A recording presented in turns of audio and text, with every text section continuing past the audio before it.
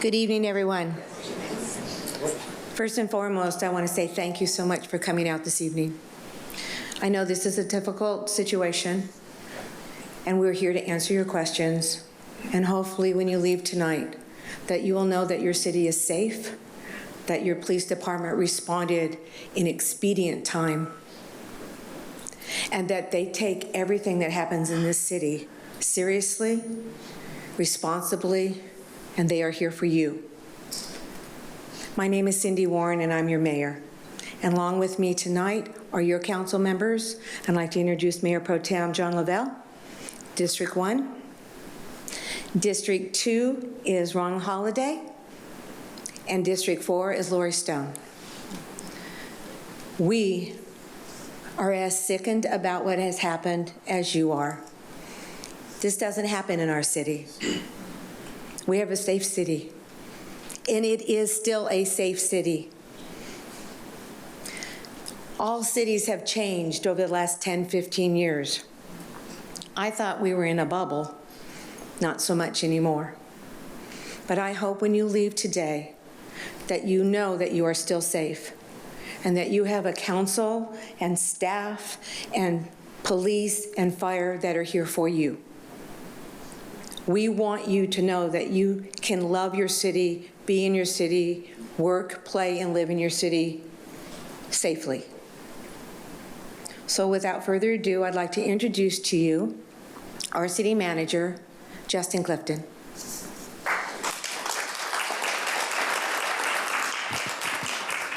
Good evening, everyone. I truly wish it was different circumstances that brought us together, but I'm grateful that we had an opportunity to connect with some of our neighbors and Murrieta residents. In addition to serving as the city manager, I live in Murrieta. I raised my 2 kids with my dear wife in this city, and I've spent a lot of time over the last week plus imagining what it would be like if something like this happened closer to home. So rest assured it is something that we take very seriously, which is one of the reasons that we wanted to have this conversation with you. To cover a little bit of the logistics before we turn it over to police to get us started, this is a little different than most meetings we have in this room. Most of the meetings in this room are a city council meeting. The city council would be up at the dais, and there'd be a lot of formalities. Our intent is to give you some information and then really take comments and questions to the greatest extent possible, at least for the balance of the next hour. Because it's not a scheduled council meeting, there are some very specific rules in the state of California regarding when a council can deliberate on policy. And this is not scheduled to be one of those. So primarily what we have tonight is access to the city team, to our police department primarily, but we also have a lot of other department leaders in the room to be able to address questions that might relate to maintenance or homeless services or fire or some other aspects of public safety. So that's really the conversation we can have in the most robust form. To the extent that there are suggestions about policy changes and things like that, we won't be able to deliberate those because we're not agendized to do that. And the rules that are in place, those Brown Act rules, are meant to make sure that there's a lot of transparency when it comes to deliberating policies. So we would ask if those come up to direct those through email to our city council to come back to a council meeting. We will certainly take notes of the kinds of suggestions you might make tonight.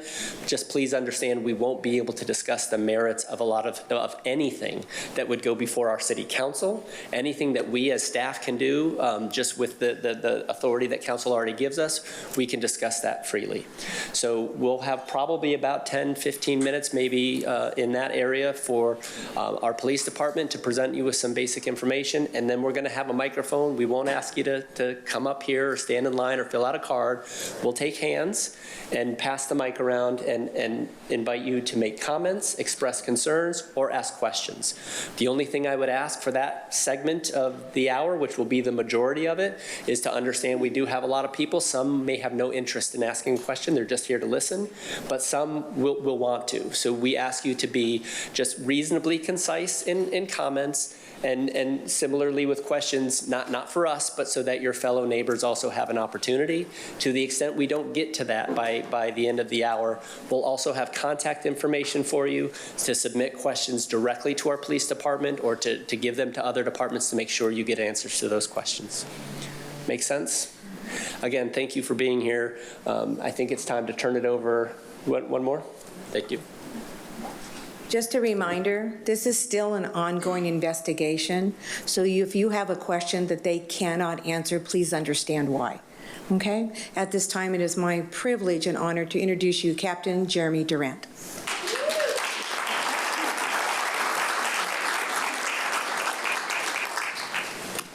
Good evening, everyone. My name is Jeremy Durant. I currently serve as the captain over our support division, which includes our investigations bureau. Like Mayor Warren said, I want to be upfront about something important. Because these cases are still very active and moving toward prosecution, there are certain details we simply cannot release right now. I know it's going to be frustrating, especially when people want answers, but sharing too much at this stage could jeopardize the case and ultimately justice for the victims and their families. Today's environment, we get used to having all the details right away, but the fact that we can't answer every question tonight isn't about withholding information. It's about doing what's right. Our responsibility isn't just to make arrests, it's to make sure those arrests lead to successful prosecutions. And that means protecting the integrity of the investigation and respecting the process that follows. What we can share tonight is how we responded, what we've learned so far, and what steps we've taken to keep this community safe. And within those boundaries, we'll answer your questions as openly and honestly as we can. I know we had two somewhat violent crimes close in proximity to each other, so I'm going to touch real quick on the first one, the Halloween night incident. Long story short, they're not related, but I'll share some facts anyways just to allay any fears if there are any out there. So the suspect in this case is from Temecula. His criminal history includes arrests for DUI, domestic violence, public intoxication, and resisting a peace officer. The victim in this case is from Orange County and appeared to have been just visiting here for the evening. Based on everything we know, we do not believe this was a completely random incident. There were several cooperative witnesses to the incident who we did identify and did interview. We do know that the suspect and the victim had some sort of interaction earlier in the evening. The interaction started in Temecula and continued as they crossed the border into Murrieta. Once in our city, the interaction escalated, culminating in the suspect stabbing the victim. At this time, the victim is still hospitalized and in critical condition. Based on the facts of this incident as we know them, we see no need for the public to drastically change their routines outside of just practicing basic safety measures and being aware of their surroundings. On this case, we will not share details about the interaction between the suspect and the victim, and we will not share details on the evidence seized to support this prosecution. So, like I said, this is not related to the homicide that I'm sure most of you are here to hear about. On the homicide, before I get into the details, I do want to say that I'm extremely proud of our department's response to this incident that morning. I want to share a few details of that with you. At 8:18 a.m., we received a 911 call reporting a homicide. We had an unknown suspect who had fled the scene in an unknown direction. Within 5 minutes of the call, we had officers in the area already searching for the suspect. Every available resource we had working that day proactively deployed themselves to the scene to help. Patrol, K-9, community policing team, SWAT, traffic, detectives, special enforcement team, gang task force, and our drone team, just to name a few. Everyone responded as quick as they can on their own without direction. They quickly established a perimeter and began a coordinated search for the suspect. Within 39 minutes of the original call, our officers had located and arrested an unknown suspect with very limited details. So I share this as an example of what your police department is capable of when called upon in our commitment to public safety. So as far as the suspect of this case, he has a home record in Modesto. We believe he was raised in Modesto, but law enforcement databases seem to indicate that he likely lives and works in the San Diego County area. We found no record of the suspect having a violent criminal history. His last known arrest dates back to 2007 for burglary and theft-related charges. We found no record of the suspect being recently released from jail or a mental facility. We also found no record of local law enforcement contacts for the suspect, not from this area. We have not yet found an obvious connection between the suspect and the victims. We have not yet found a clear reason why the suspect was in that neighborhood. There are indications that he was traveling around Southern California for reasons yet unknown. There is no explainable reason why he ended up here other than our city being at the intersection of two major interstate corridors.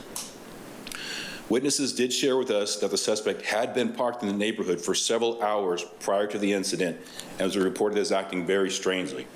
Unfortunately, we were not called on to investigate the suspicious behavior at that time.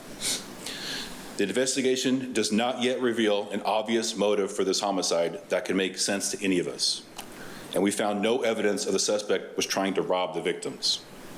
The suspect does not appear to be a transient in the typical sense. Like I said earlier, home of record of Modesto, likely lives and works in San Diego County area. He does have a vehicle that we recovered from the scene. And while he did flee and hide in the nearby ravine, there is no indication that he was living there.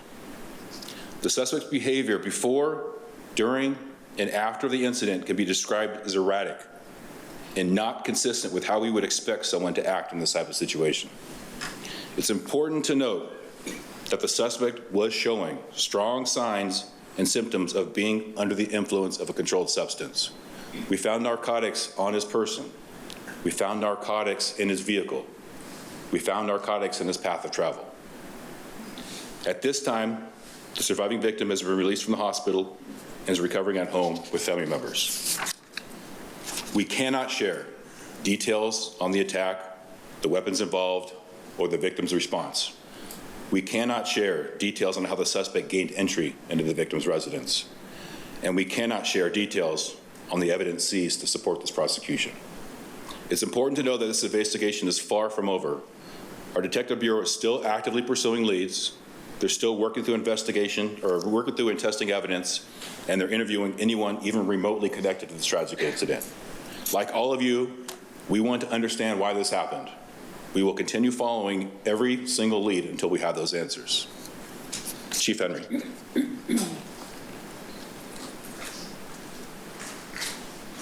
My name is Matt Henry. I'm the police chief here in Murrieta. First off, my job is to protect all of you and our whole community and your families. It's a very important job that I have. Take it very serious, and so does our entire department and our city staff and our city council. I also have the job of making sure that you guys feel safe. So not just that you are, but that you also have that feeling to where you can wake up every day, come into our city, enjoy everything that it offers, and live a great, fantastic life in this city. So what I'm gonna do here tonight is kind of go over the statistics that we have for violent crime, homicide specifically, and then also just some crime trends for the city for the last 3 or 4 years, just so you can kind of put you a little bit at ease to where the city isn't falling apart. We are still policing in a law and order manner, taking people to jail when needed, and you have a very strong and dedicated police force to protect you and your families. So with that, first, homicides within the city of Murrieta. As you can see, we don't have a lot. From 2017 until last week, we've had 8 total. Listed up on the screen is how many we've had per year. Also listed is kind of a note as to how they were related to victim to suspect. As you can see, all the way from 2017, of the 8 homicides we've had, 7 involved either a family member or a significant other. So they're domestic violence or family related. This last one, last week, is the first one we've had since 2017 that does not share that connection, making it, for all intents and purposes, random. And the randomness of that, I think, is one of the main reasons why we have this showing here tonight, because it is surprising. It kind of opens up the door to it could be anybody. So with that, we're going to share, and we have shared, just continue to practice safety, just like you would anywhere else. Don't let this change. Lock your doors when you think you should. Have lighting, do whatever it is that you need to feel safe. Don't let this situation change that, because it is a one-off for this city, and the statistics show that. Next, I want to show just crime statistics in general for the city, just so you guys know kind of where we are and where we're trending. Up here, you're going to see from year 22, 23, 24, and 2025 year to date. The top 5 are crime types that have been separated out from all of our data. Aggravated assaults, those would be classified as something violent, such as an attack with a weapon, a firearm, a knife, a baseball bat, a significant attack. Sexual assaults. Next, robberies, burglaries, and then I threw in motor vehicle theft, vehicles being stolen. As you can see, as you follow the numbers and you track from 2022 to 2025, we are definitely on a downward trend for our crimes in each category. I only listed these 5, but I did have the full report, and that was pretty much the trend all around for crime. But I wanted to pull out these ones because they have a significant impact to our community. Next, you have categories. As you see, crimes against persons, crimes against property, crimes against society. That is how we capture our data when it comes to statistics for crime in our city, the 3 categories. Again, as you can see, following from 22 to 25, in all 3 categories, crimes against persons, those would be your attacks, your assaults. Crimes against property, robberies, burglaries, thefts. Crimes against society would include under the influence, narcotics arrests, prostitution, anything that affects quality of life. As you can see, in each category, from 22 to 25, again, we are in a downward trend. So our crime is not spiking, it is not going up. We're not seeing an influx of a criminal element coming to our city. We are gaining in population, in businesses, but what I'm gonna give credit to the police department and to the city staff and the council for this decline because of how we are still policing this city, which is when somebody needs to go to jail, they go to jail.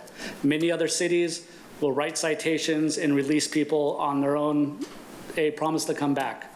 We do not do that. Everybody that needs to go to jail in this city goes to jail. And again, I'm going to credit that with our trending for our crime. The very last category is all of it tied together. As you can see, 2022, we were up to over 3,700 crimes meeting these categories. Year to date, we're already in November, we're looking at a little over 2,300. That's a significant reduction from 3 years ago. So with that, the other thing I wanted to reiterate, kind of as Captain Durant did say, was the response that we had. He named units that we had personnel responding to. I would say once the suspect was taken into custody, we probably had upwards of 30 to 40 personnel on scene, actively looking and rendering aid, and again, capturing the suspect. We had the assistance of Riverside Sheriffs with their helicopter. We were able to utilize our drones immediately. So that is an example of the response that this police department will give you anytime something like this occurs.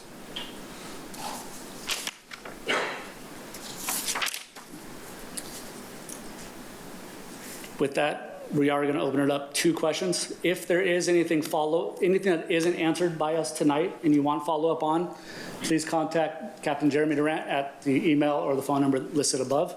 We will answer whatever we can for you. And like I said, the whole goal is to make sure that you guys are safe and that you feel safe. So with that, we'll open up the questions. Thank you, Chief. Just a couple things quickly. One, I want to recognize Dr. Lisa DeForest, the council member from District 3. So you have all of your elected officials here today.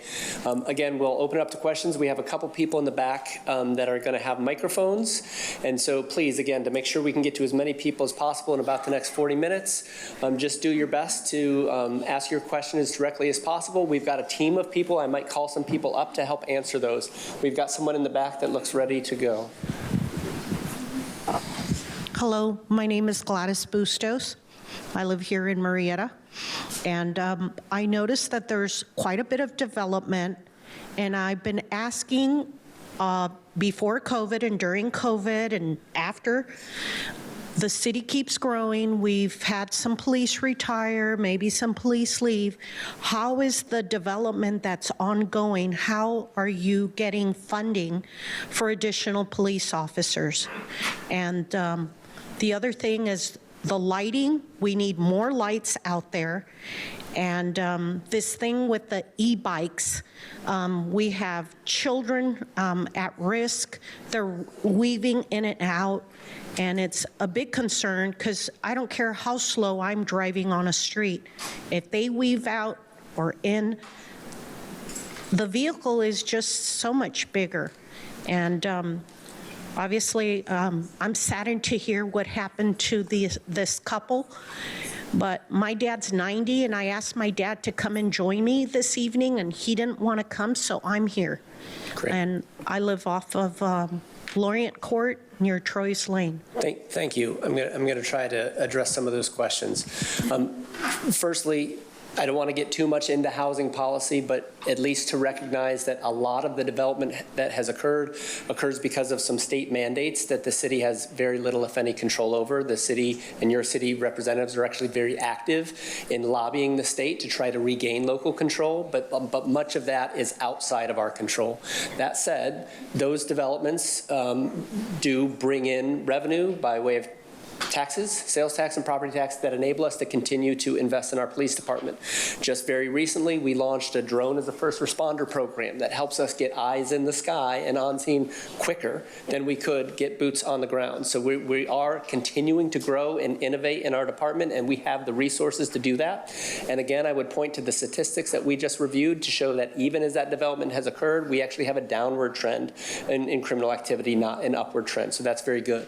I'll take the comments as advisement about the lighting so that we can look at those standards, especially as it relates to new development when we have opportunities to kind of mandate a certain kind of lighting, understanding how that's important. And then there is a lot of material that our department has available on e-bikes. So rather than get into that conversation here tonight, I would encourage you to look at the website and social media. They've had some great operations. They're big promoters of safety. They've issued tickets. They've confiscated e-bikes. It's a hard one to manage, but the team is absolutely on that challenge as well. Officers do we have? 114. And how many more do we need to support the ongoing growth? Right now, as the chief, I'm going to tell you we're okay on our staffing. 114? We Thank get the you. job done. Yes. Thank you, sir. See one in back here. Thank you. I have one question and then one request, especially because you posted data. I live a half a block from where this incident occurred, and of course I wanted to go on to the Murrieta Police Department's website and find out crime information. And I was a little discouraged because, one, it doesn't break it down by area. It just gives you the entire city crime statistics, which my request is, can you maybe filter by areas? That would be one request for data posting for the residents. My other request is a comparison. That slide that you presented that showed the years and the crime trends, that was great information. It gave me a little bit more peace of mind, even though I live a half a block of where this incident occurred. So those would be my initial requests for data on the website to help out the residents know, look, where's the hotbed of activity right now, and are we trending up, are we trending down? Having said that, my question, and this may go to the city council members, is I recall, I've lived here since '99, and I recall there was a measure on the ballot years back to increase our sales tax.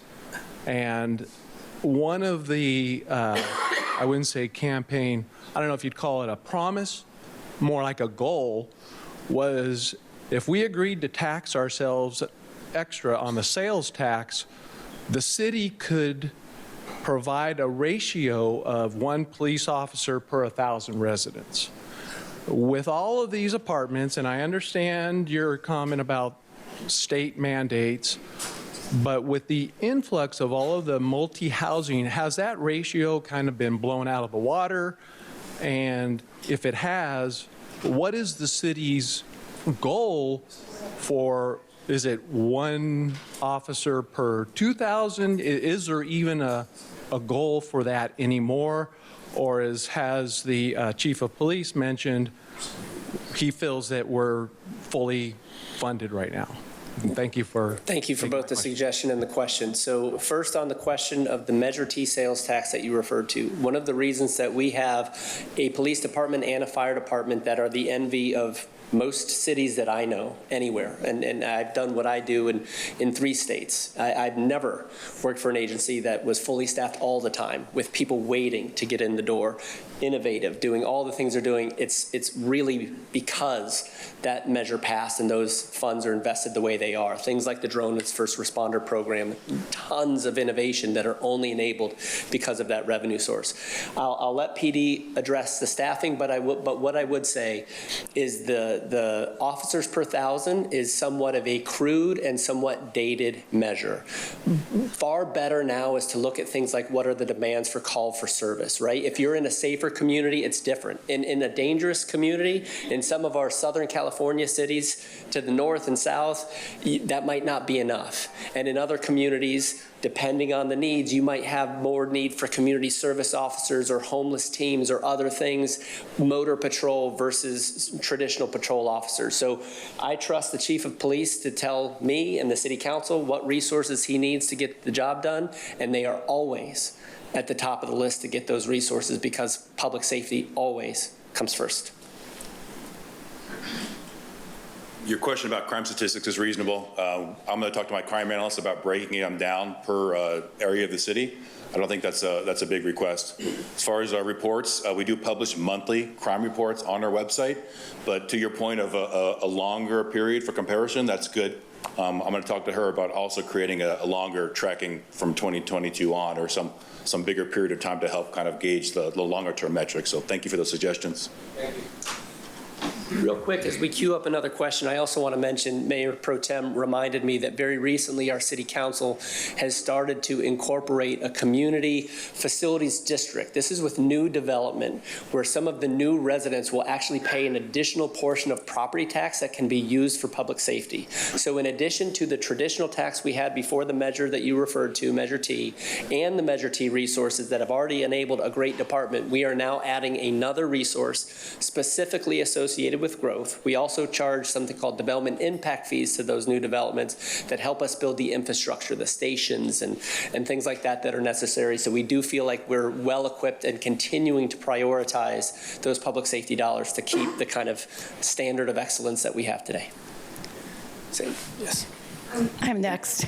Hello, I'm over here, Justin. Oh, I'm sorry. I was next. I didn't see you already had the mic. I'm Kathy Beertz, and I've lived here almost 30 years.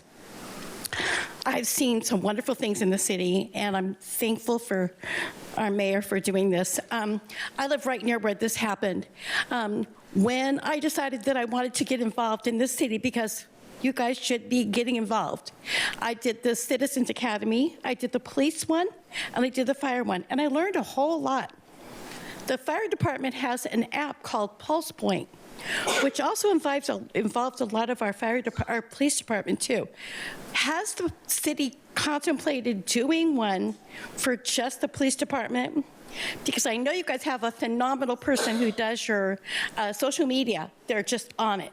They were so quick in reporting that problem and told everybody to stay in their house. But I would like to see our police department do an app too, so that if there is a problem like this, all we just have to do is click on the app and see what's going on. It's an excellent question. We've actually already evaluated several applications. We just haven't found one that we like, that kind of fits our need and what we're trying to achieve, but we're going to continue exploring that. Thank you for the suggestion. Okay, sorry. I know we had a question back here. As a follow-up to the same question, there was a place you could go online called Jim's Pub, where you could see a daily booking activity with the police department. And that's been discontinued as of recently.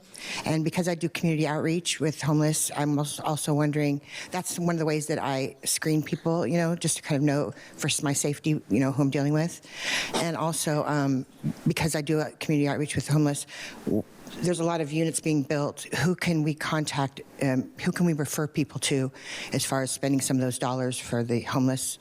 The homeless have been from the state, And then the last part is how much in the training of new staff and whatnot are they Do you regularly update their training with regards to the Fourth Amendment and the expanded annotated versions where it specifically talks about how to act in each situation beyond the first paragraph of the Fourth Amendment? And, because it seems like there's a lot of things happening out there that are really the duties of probation officers and whatnot that are being taken on by the police officers, so that's it. Yeah. On your question about the photographs, that's a good question. Photographs? I was talking about James Pub. It was Booking photographs, yes. not photographs, just the details of the log of who was arrested on a daily basis, and then you can also see who's arrested on a daily basis. I can say the Murrieta Police Department has never done that. That may have been a Riverside County Sheriff's feature. That's not something that we've done on a regular basis. We publish crime statistics as kind of our effort to communicate with the public, and then our social media. The police department arrests on there, and so without it, that lack of transparency, it's difficult. So we also I'll have to look into that. That's a good question. I will explore that because we are always looking at ways to continue engagement and share more information than we do currently. So thank you. Thank you. And then the Fourth Amendment question. Yeah, can you do the Fourth Amendment? What was the question? If we continue our education and training on Fourth Amendment? I'm just, in my interactions, I find that sometimes the officers are taking on powers of the probation officers in their questioning or, and just the pulling people out of cars, the patting people down for weapons, but then, coming up with smaller things. And I don't know, just it's very clear. It's a very beautifully written document that moves me as far as how they established us to have. Yeah, I can guarantee you that boundaries. Each of our sworn officers take mandated training yearly as dictated by the state of California's police officer standards training. So that is continually happening.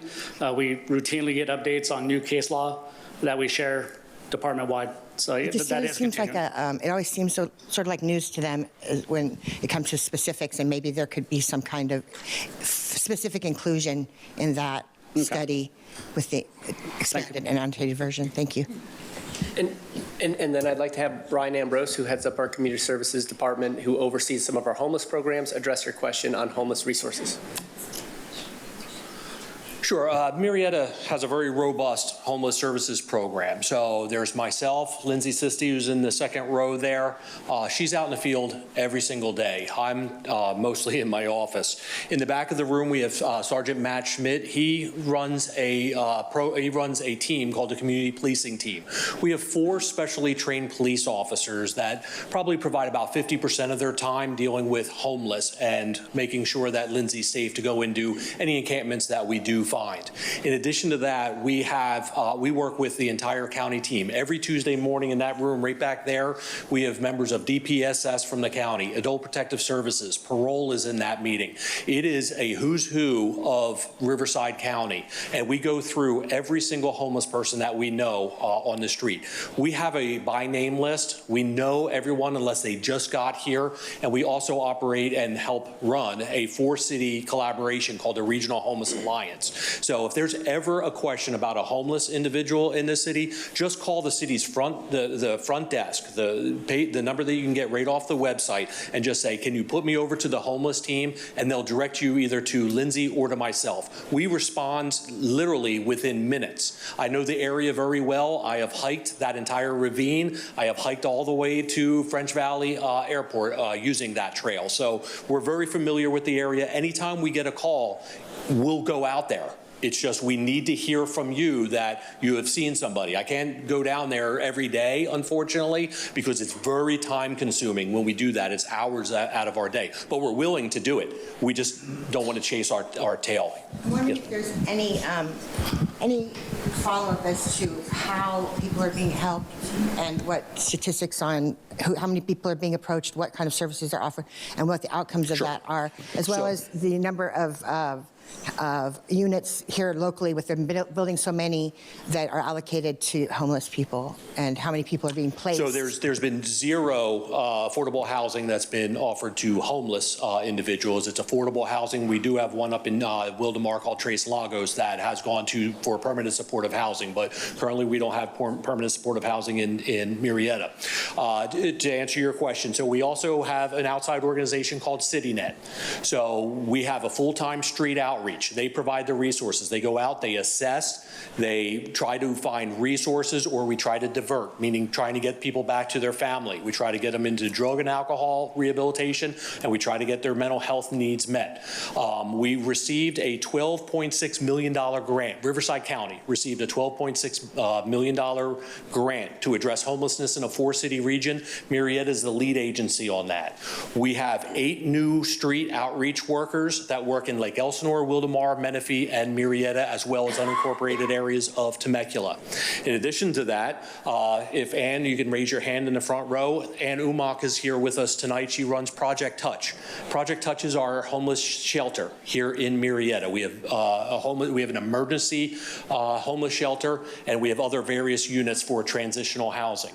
Regarding the affordable housing that you were talking about, I will say out of all 3 of the affordable housing units that have opened up between Wildomar and Murrieta, we have housed approximately 100 families with children in the school districts in those units. So prior to this year, the county used to ship them to Blythe, to Desert Hot Springs, to Corona, and away from their connections, away from their teachers and their friends. This is the first time ever we've been able to keep families that are living here. Make no mistake, every single night, if you go out with me at 2 o'clock in the morning at Walmart parking lot, we'll run into a family sleeping in their car. Happens every single night in this city. But we do a very good job at getting people placed. We try to do it immediately. Is there any record of how many people you're approaching as to how many people are being helped? 100 families is great, but how many families are being helped? We keep monthly data. We have a monthly report. I will share that with you because we need to move on. But I'm willing to answer your questions at any time, and we'll get you that data. Thanks, Brian. And anybody that has more questions specifically in that area, please contact Brian. He'd be happy to help. Yeah, John Carpenter here. I've lived in the city of Murrieta for 30 years. I'm a 31-year retired Riverside PD captain. And it's interesting hearing all the comments here. 2 words come to mind: growing pains. Watching the PD grow here. We got an outstanding police department.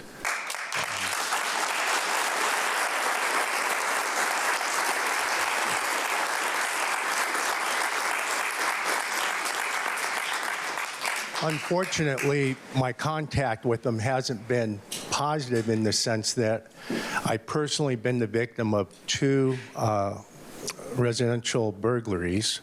One was a Chilean burglary crew you might have read about, a couple of auto burglaries, and a vehicle theft. So I can say that, stats can say one thing. I'm seeing 5 years, but I'm going back 30, and you've done a great job.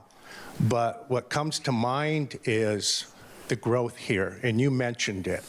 You have had high-density housing forced upon you like other cities, and one of the things I'm looking at is the egress and egress of public safety. And I almost lost my son to a medical incident a few years ago, and I had to think about, it was right around rush hour, do I call? I live up Whitewood and Daylily. Do I call 911 and hope that the fire station down the hill's not on a call over the other side of the freeway, or do I get them in my car and get them to a hospital?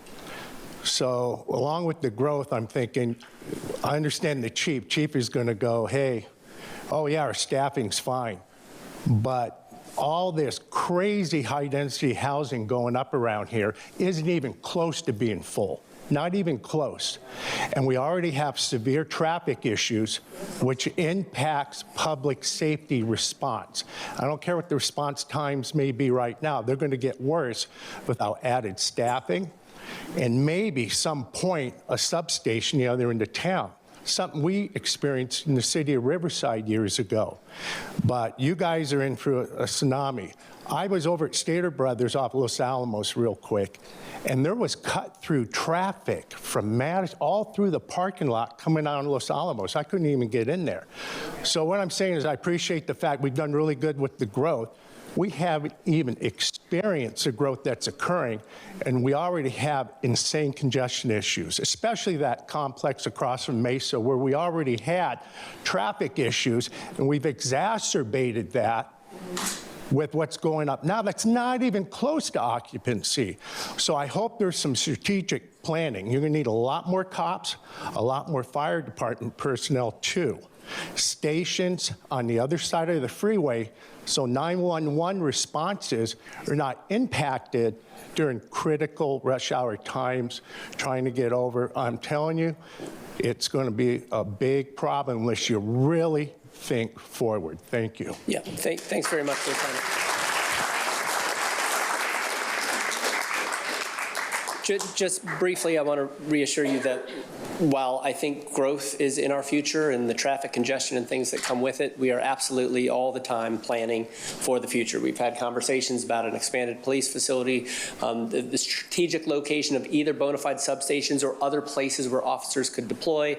We have an additional fire station already in the planning. City Council purchased the property just in the last. That's going to be out at the east end where we have the most need for response time. So we're very aware of where congestion presents challenges for deployment and strategically how to do our very best with what we have to plan on maintaining that good response time we have and deploying new resources, things like the drone as first responder that can be launched from multiple points in the city to get intel and eyes earlier in an incident than even we might by vehicle with low traffic. So absolutely share your concerns and are doing substantial planning both to build those facilities and pay for them.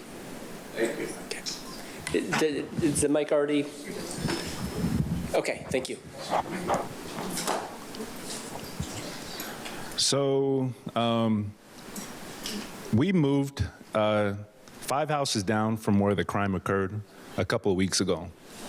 And I have a wife, 2 little girls, and I was at work when my wife called me to let me know what was going on.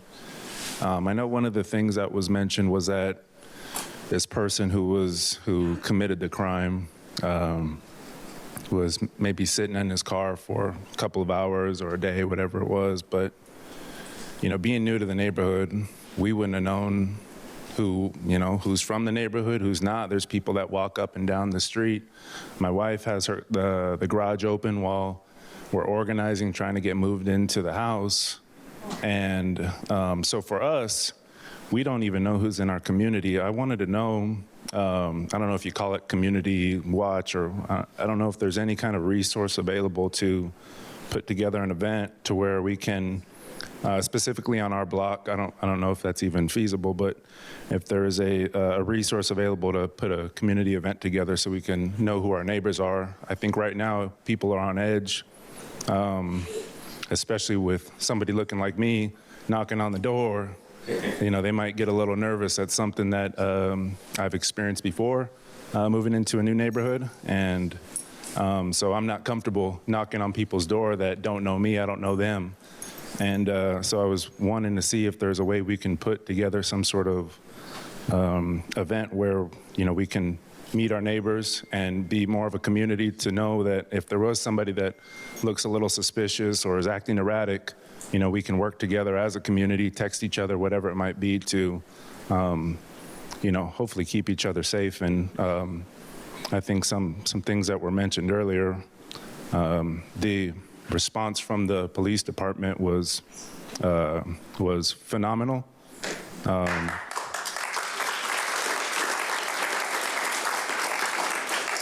I appreciate it because, like I said, I was at work. I have my wife at home, and I'm sure all of us who have families, that's the most important thing to us. So I do appreciate you guys. Thank you very much.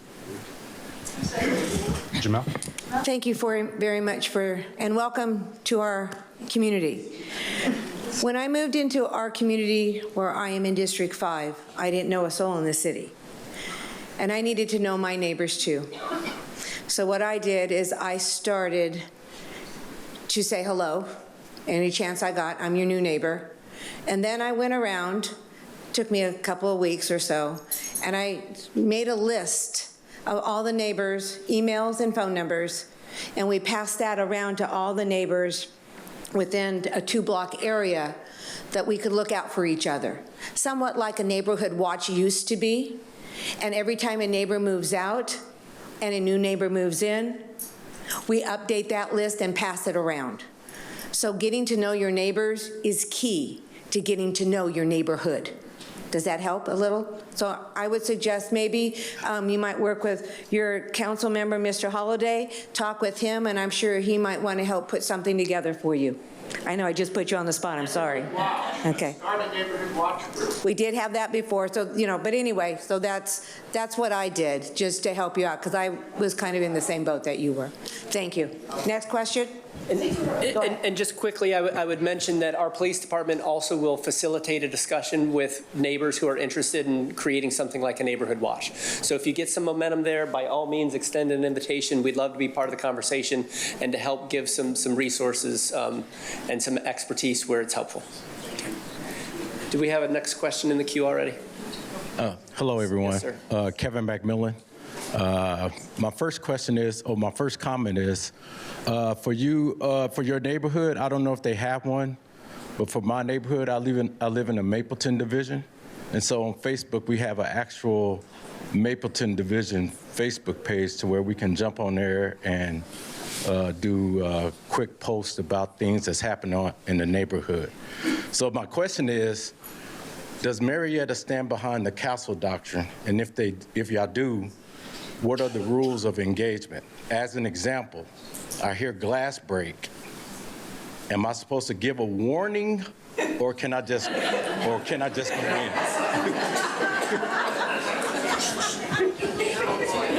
Well, for California, we do not have as either the castle doctrine or the stand your ground that you see like down in Florida and some other areas. That's not outlined specifically in the state of California. But with that said, you are entitled to protect yourself.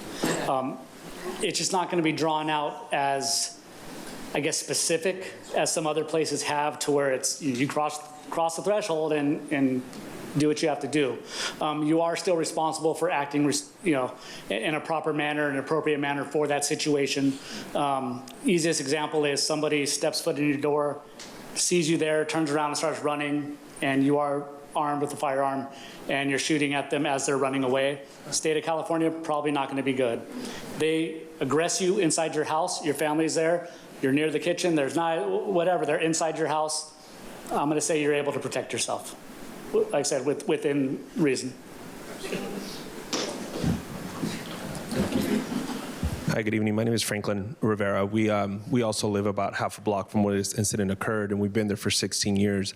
And the question is, do you have a certain number of police officers that patrol every particular area of the city, specifically because sometimes we don't see a whole lot of patrolling in our area? And in light of what just occurred, I think we're all kind of shaken up by it. Are you planning to deploy maybe additional personnel to actively patrol the area so that we start to feel a little bit safer, but at the same time to protect our children? So we have a lot of kids that play in that neighborhood, and so they walk to the bus stop in the morning, or same thing, they're playing in the evening.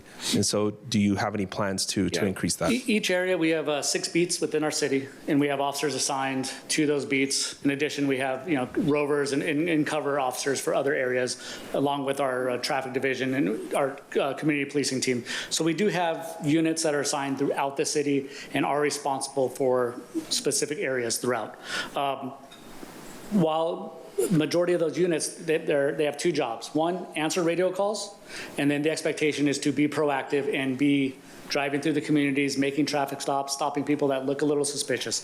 So it's kind of a balancing act of doing both, of responding to 911 calls and emergencies and taking reports, and then also being that face of the police department in the communities to kind of give that security feeling. Obviously, if we start having trends in areas and there's an uptick in something, yeah, we can absolutely start manipulating our deployment and shifting units over to specific areas.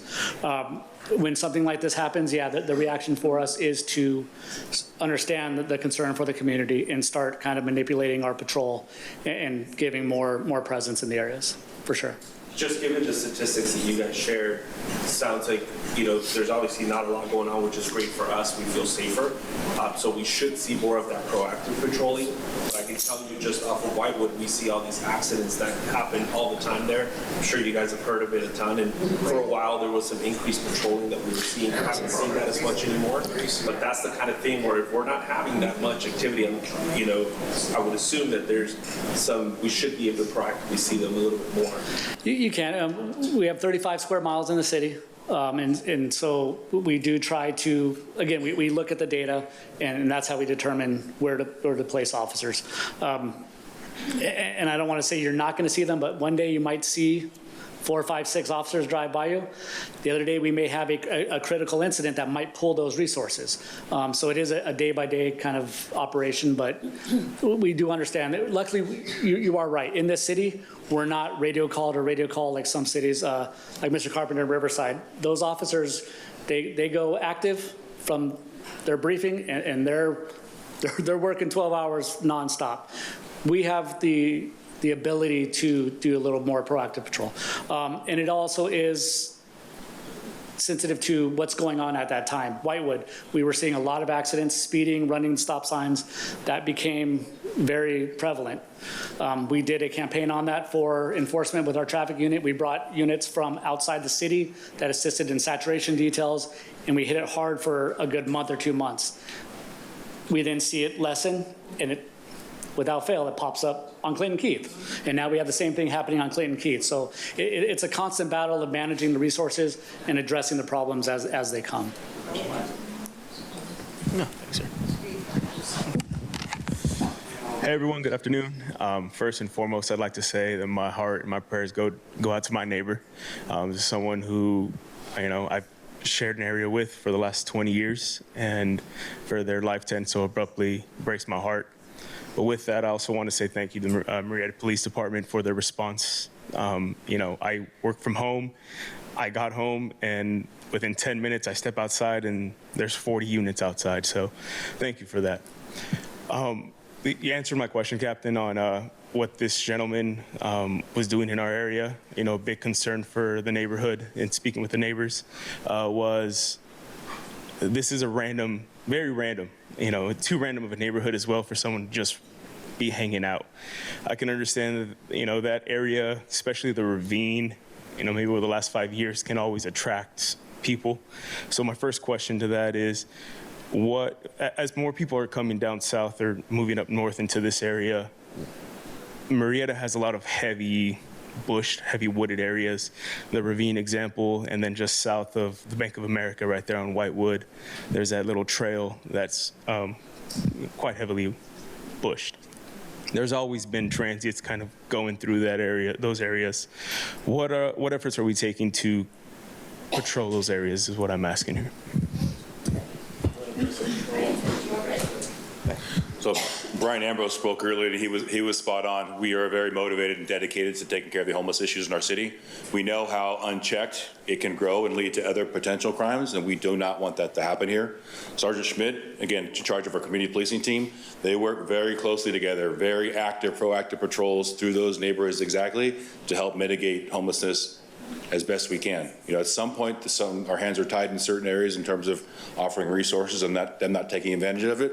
But they have a lot of alternatives to help mitigate that problem, to your point. So we are engaged, and we do recognize that issue in our city.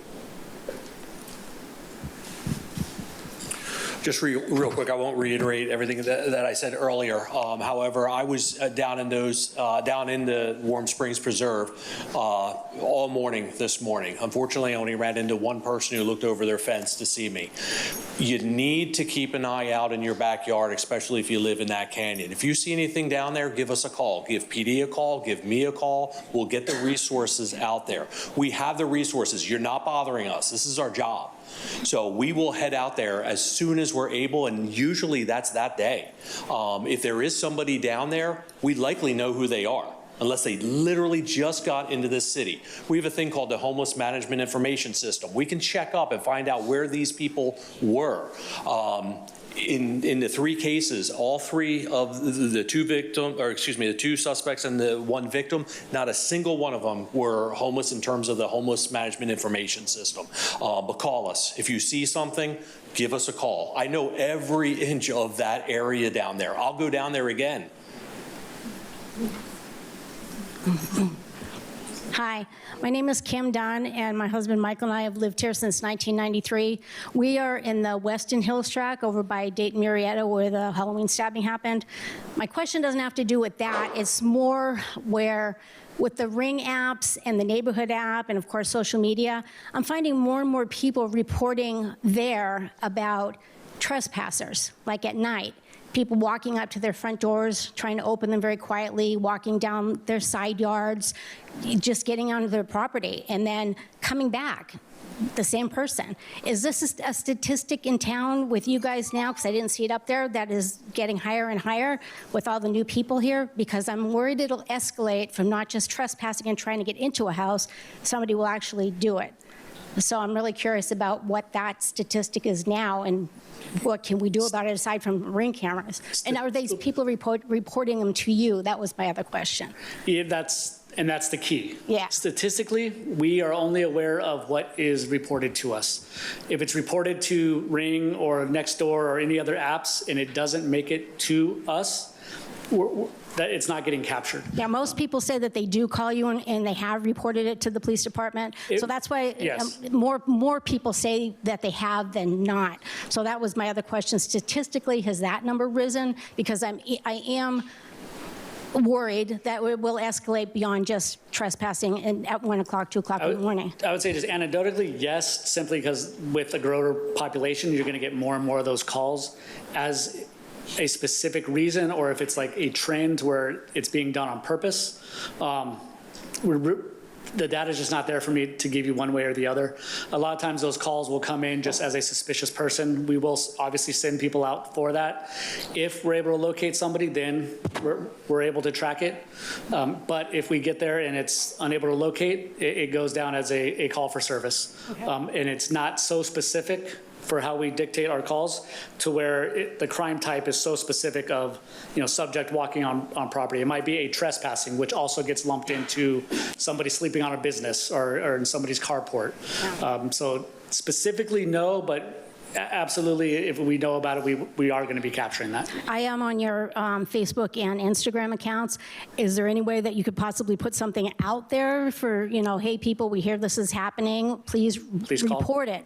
Don't just report it on app, on the Ring app or the neighborhood app. Let us know so that you guys have a better idea of what's going on, because I'm seeing it daily. And my husband travels and works late, and it concerns me because I'm often home alone. Yeah, and I don't, absolutely. And that's like the gentleman over there who asked what our, if he's coming in my window, he's not going back out again. I mean, that's. and what I would ask is, we've gotten so comfortable with just, let me send a post, and no, as opposed to, let me call the police.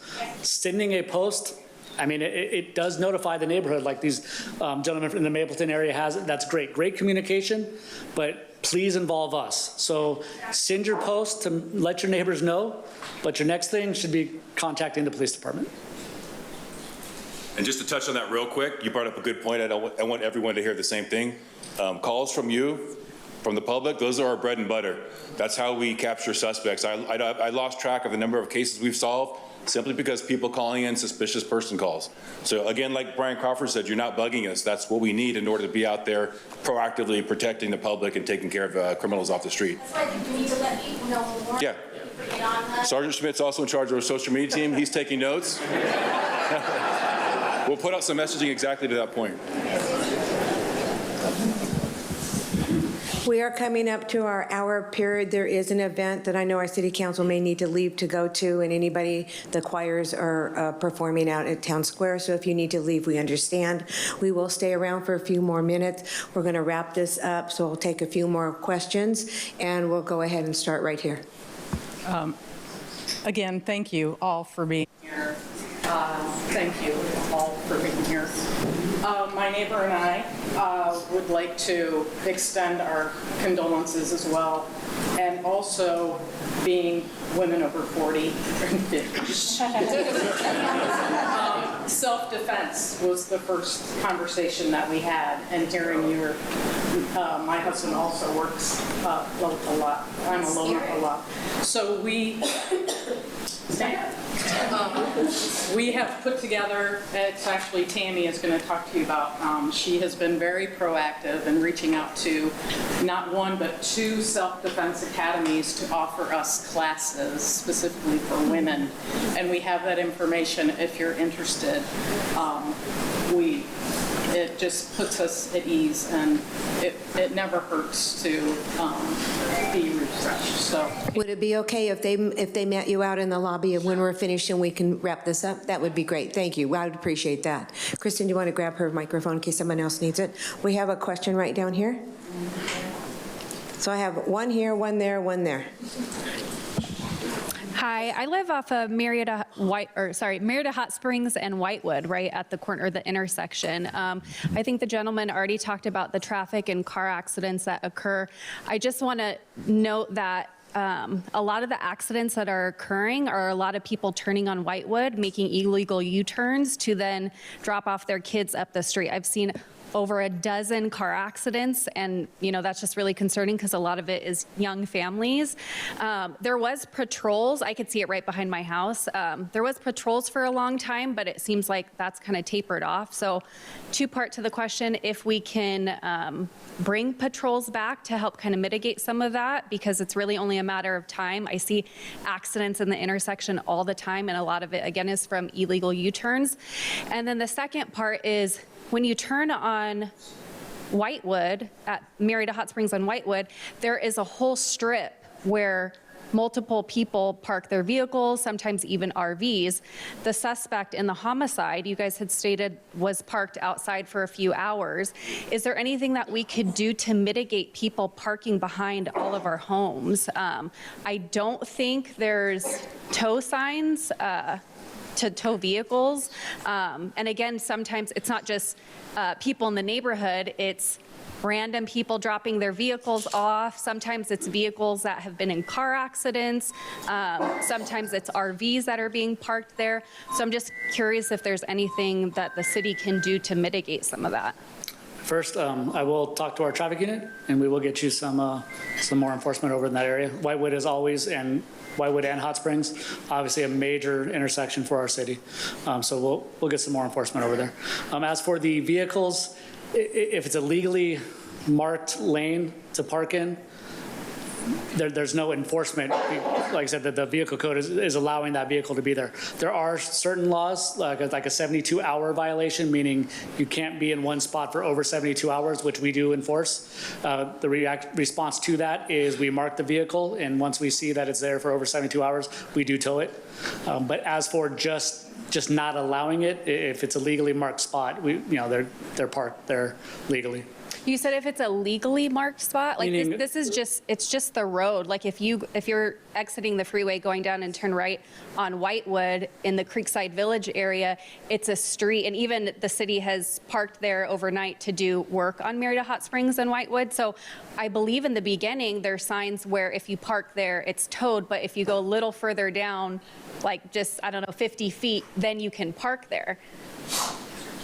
I would have to look at it, and again, I'll have our traffic unit address that also. Okay, thank you. If you want to, if you can, email Captain Durant, just with that information in the area. And also on the vehicles, to the earlier discussion, if you feel a vehicle suspicious, just call us. We'll come out, run the license plate, check the VIN number, find out why it's there. If it doesn't belong there, just call us. We'll come investigate, regardless of whether you think it's frivolous or not. We've got our last question. We have 2 questions. We have one over here first. Right here first, and then we'll take yours to the last question. Hi, my name is Leslie. It's my husband, Jim. We have lived in this area off and on from Fallbrook all the way to Wildemar for over 50 years. And trust me, I've seen the growth. It's crazy. Mike, I was feeling pretty safe until you started talking about that ravine. We live in Warm Spring Knolls. We saw the helicopter, heard them, and find out the guy's hiding in the ravine, which is a short walk from our house. Is there any, I know you work with the homeless and you try to find them homes and things like that, but I'm not feeling very safe that I just found out tonight that there's homeless encampments down there, and we're in a senior citizen community. There's not homeless encampments down there. The area gets walked frequently, and Brian can address this. I will just say, as I've sat back and heard a lot of this kind of as a resident, I've thought a lot about how grateful I am that I want to be in a city with the Murrieta Police Department and the Murrieta Fire Department if there's ever an issue. I would actually add that I want to live in a city where they run homeless programs like they do here. You've probably been around Southern California. I don't know of a place that has less of a presence than what we have. There are some homeless, but they do as good a job or better than absolutely everybody. That's our police department. That's his team. And so he'll provide some context, but actually in that area we don't see any unique presence. He walks it when he needs to, and if we get a call, we investigate, but it's not a unique hotspot for homeless. Yeah, I absolutely apologize if I led you to believe that there were homeless encampments down there. So I walked there the last 2 days. There was not a single tent, not a single tarp, no personal property, and no makeshift bathrooms. Those are the things we look for. There is none down in the area the gentleman was just talking about, which is the creek, the trail that runs behind Temecula RV all the way up into Murrieta Hot Springs.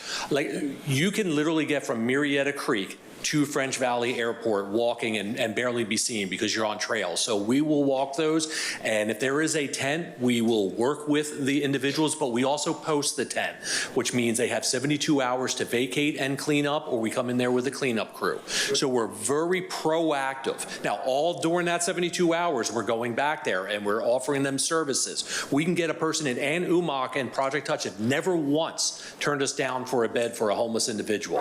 So there are not active encampments. Now, there's going to be. This is Southern California. I can run the greatest homeless program in the entire world, and people are coming in from LA. They're going to come up from San Diego. The reason is because, as great as it is, you people are very generous. You like to give when people are standing at an exit of an interchange. Please don't do that. Please give to Ann Umak so she can shelter. Please give to CityNet so they can take them out to lunch, assess, and figure out what the next step is. But in terms of active encampments, last week we cleaned up a bunch of them. There are no more active encampments. They will spring up, and we will make sure that they are taken care of. Thank you. I live on... And he does have the best outreach program in the nation. That I can tell you. We have our last question over here. On Troy's Lane, there's RVs and there's commercial vehicles. What is your policy on, are they allowed on the street and for how many nights? And what's your take on that? And then I'm big on when I go out and if I see transients hiding behind near that Calvary Chapel, near that electrical green thing, I've called it in, but sometimes the attitude of the young ladies who answer, it's like I'm inconveniencing them. That's kind of, because I want it to be taken serious, and if it's an issue, that nothing happens to children, especially when parents are leaving children at school and want to be able to pick them up. And that's kind of my questions. Thank you. Absolutely. Our policy would pretty much be whatever the vehicle code allows. If it's illegal, we will address it. We don't have any carve-outs to where we allow RVs or commercial vehicles to be where they're not. Call it in then? Absolutely. Thank you. And we will send somebody, and if somebody looks suspicious to you at the green thing by Calvary Chapel, call us in. Okay, how many of you have a cell phone? Oh, come on. Take out their cell phones and let's take a picture of this so that you know who to call. Sorry, Jeremy. Talking about the screen or Captain Durant? No, right up here. Right up here. Yeah. Again, I want to thank you. Your concerns are our concerns. This is all of our community. This is a place where we live, we work, we play, and we are safe because we have the staff, the police, the fire, the outreach to make us safe. Are we going to have problems? Yes. But are they going to be handled efficiently? Absolutely. So thank you to our police, our fire, our outreach program, our entire staff, and to all of you for making Murrieta our home, a home where we're proud to call our home. Thank you for coming this evening. We appreciate it.